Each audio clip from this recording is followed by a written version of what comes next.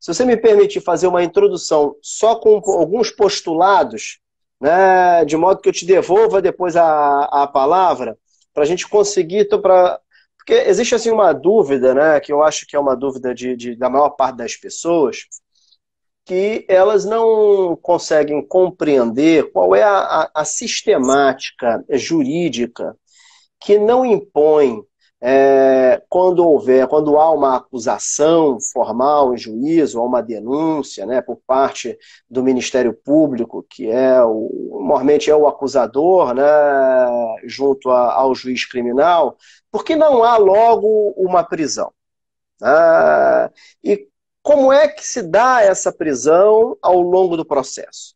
Isso é uma dúvida porque a gente tem, né, na nossa, como uma expressão, na nossa espinha dorsal cultural, né, dogmas inquisitivos da espécie de quem não deve não teme, né, dogmas inquisitivos, né, de que realmente a que se faz, a que se paga, ou até mesmo a visão utilitária, né, da famosa lei de Talião, né, olho por olho, dente por dente.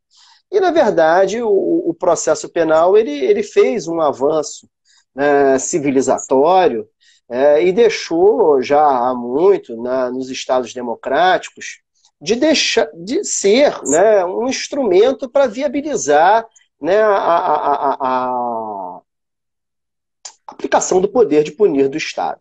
Né? Ele passa a ser um instrumento de garantia do cidadão, de que, se acusado, né, de um determinado crime, vão existir uma série de regras que vai estabelecer um jogo minimamente equilibrado entre o acusador e a defesa, e nós vamos ter ali um árbitro, né, que deve ter uma postura imparcial perante aquelas partes, para, ao final, proferir uma decisão se efetivamente aquela pessoa ela é ou não culpada sobre aquele crime.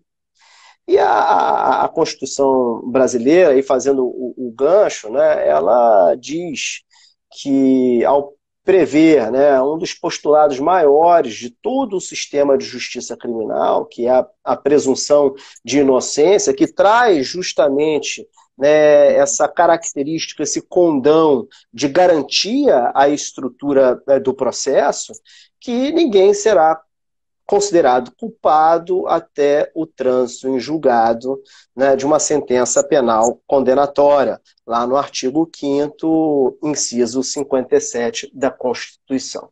Bom, esse pressuposto, ele justamente vai dizer o seguinte, olha, ele vai ser um marco em que vai dividir duas grandes espécies de prisões no processo penal. Nós vamos ter uma prisão em decorrência de uma sentença penal condenatória, que é a execução daquela sentença penal, que só vai se impor após o trânsito em julgado, que significa, né, o esgotamento de todas as vias recursais. Não tem mais que se discutir essa matéria, né, todas as vias recursais foram esgotadas, transitou em julgado, e agora o que se tem é que cumprir uma condenação que foi proferida, né, de forma estável pelo Poder Judiciário. E há uma outra espécie de prisão, e aí é que as pessoas não conseguem entender essa diferença, que ela é excepcional, que ela só pode ser imposta se absolutamente necessária, que é uma prisão ao longo do processo, ou, né, em determinados também casos excepcionais, ao longo da investigação. Então, essa prisão, na verdade, ela não tem a função, né, de infligir uma pena ao acusado, infligir uma pena ao investigado ou ao suspeito. E ela não tem isso justamente porque a Constituição diz que só pode ser considerado culpado após o trânsito em julgado de sentença penal condenatória.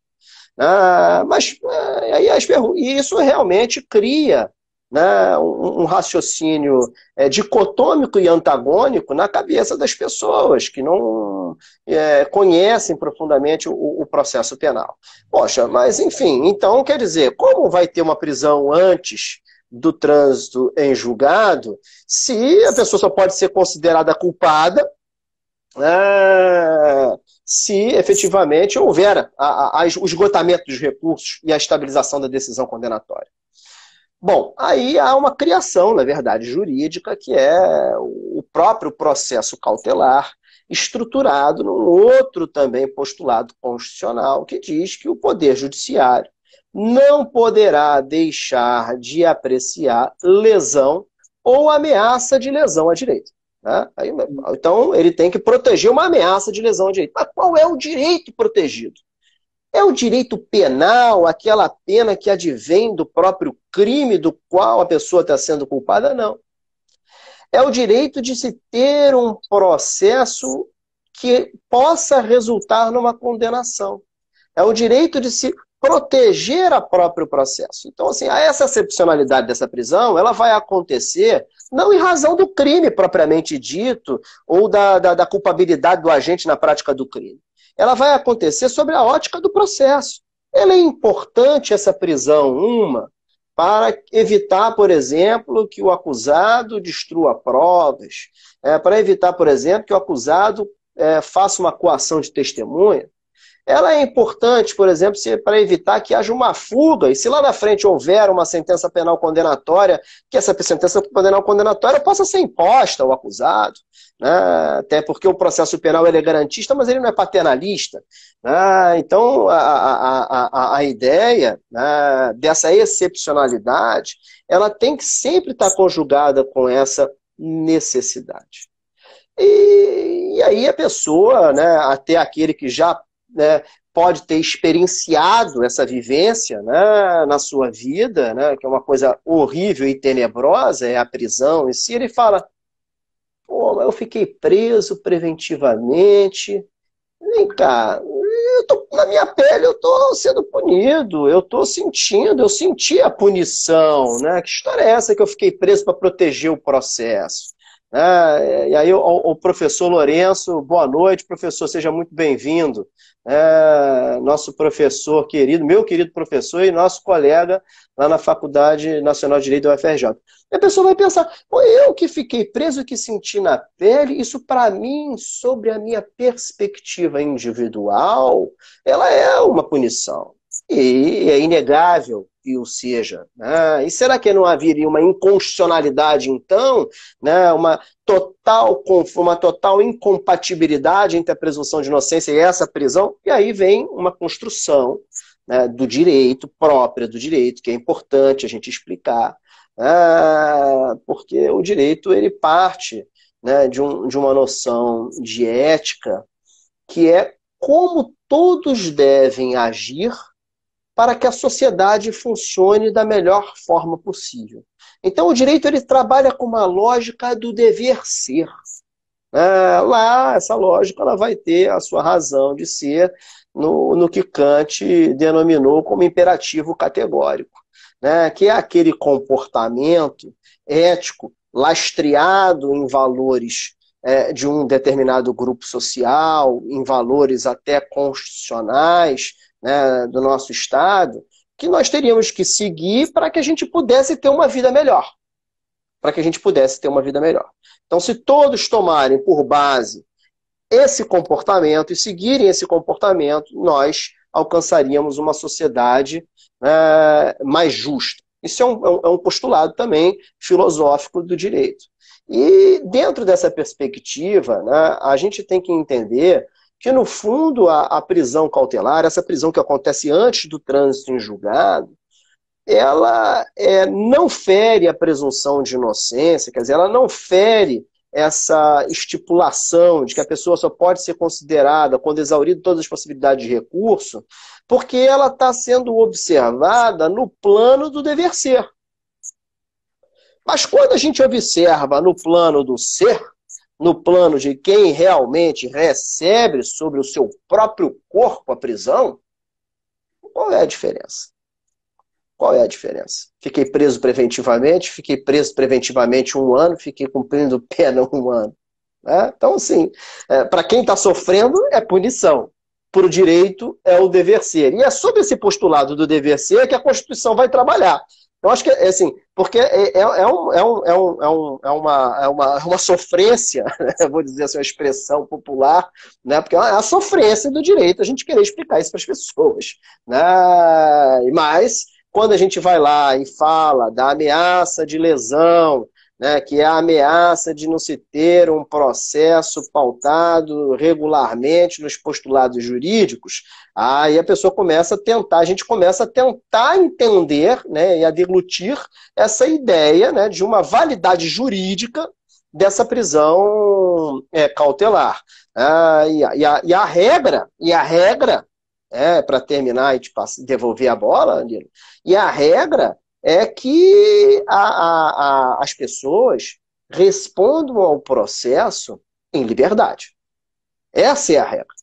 Excepcionalmente, vai haver uma prisão ao longo de uma investigação, de uma fase pré-processual, que visa identificar provas mínimas da existência do crime de quem seja seu autor para processar aquela pessoa, e ao longo da fase processual, onde se realmente estaria ali fazendo uma análise da culpa, da responsabilidade daquela pessoa por ter cometido o ato que estão falando para ela que ela cometeu.